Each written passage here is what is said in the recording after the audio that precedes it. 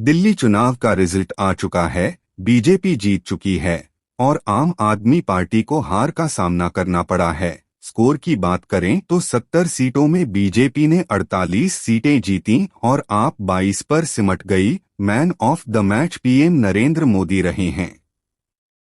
उन्हीं के चेहरे और गारंटी ने दिल्ली में बीजेपी को 27 साल बाद सत्ता दिला दी है। बीजेपी में फिलहाल सीएम फेस को लेकर मंथन चल रहा है। उम्मीद जताई जा रही है कि पीएम मोदी के फ्रांस अमेरिका दौरे के बाद कोई एक नाम फाइनल हो जाएगा। वहीं अरविंद केजरीवाल ने रविवार को अपने विधायकों के साथ बैठक की, आगे की योजना की प्लानिंग की।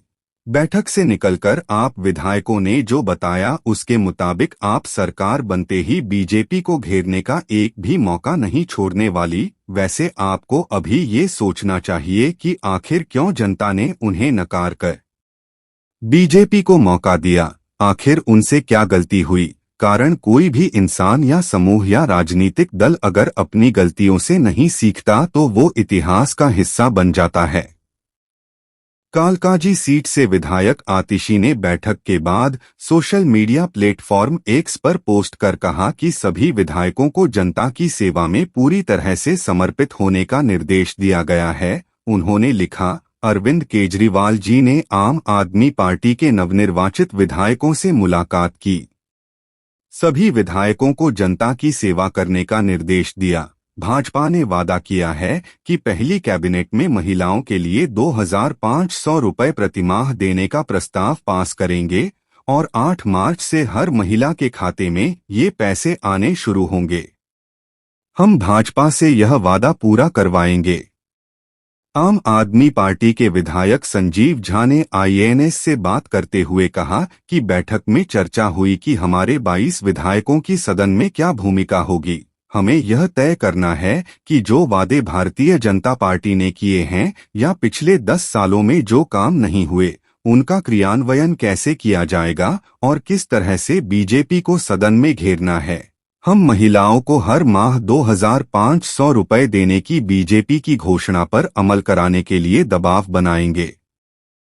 2020 में 53.6% मत लाकर 62 सीटें झटकने वाली आम आदमी पार्टी अगर 2025 में 43.57% पर लुढ़क गई और फिर भी वो उस पर विचार न कर उल्टा नई सरकार से पहले दिन से ही टकराने का इरादा रखे तो ये गंभीर चिंता का विषय है। दिल्ली की जनता के लिए तो है ही, साथ ही आम आदमी पार्टी के लिए भी। इस बार आपके 37 में से 15 सीटिंग विधायक ही जीते हैं, बाकी सभी हार गए।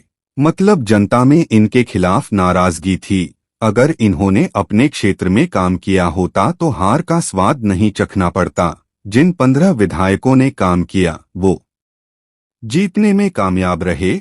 साफ है कि दिल्ली की जनता ने काम के आधार पर वोट किया है। दूसरा, आपके 33 नए उम्मीदवारों में से महज 7 ही जीत पाए। इसका मतलब कि आप और उसके नेतृत्व में चल रही दिल्ली सरकार से भी के कामकाज को जनता ने पसंद नहीं किया। अगर सरकार के कामकाज को जनता पसंद करती तो विधायक बदले जाने पर नए उम्मीदवारों पर विजय दिला देती।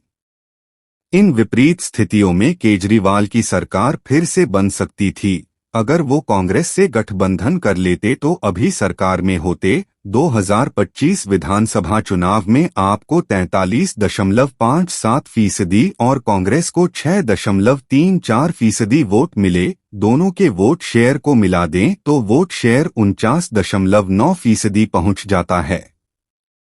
वहीं बीजेपी को इस चुनाव में 45.45% वोट मिले हैं।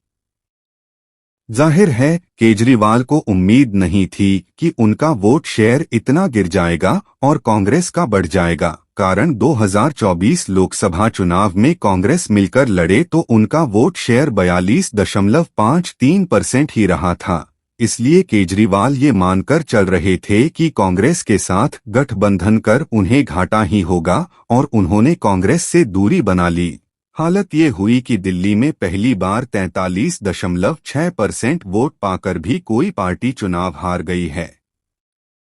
देखना यह है कि अपनी गलतियों को आने वाले समय में केजरीवाल सुधारते हैं या उसी राह पर चलते हैं। दिल्ली के चुनाव में साफ समझ आया कि दिल्ली की जनता विवाद नहीं, काम चाहती है, इसीलिए बीजेपी को वोट दिया है कि किसी तरह का विवाद नहीं हो। आपको जो 43.57% वोट मिले हैं, उनमें से ज्यादातर वोट उनकी योजनाओं के दम पर मिले हैं।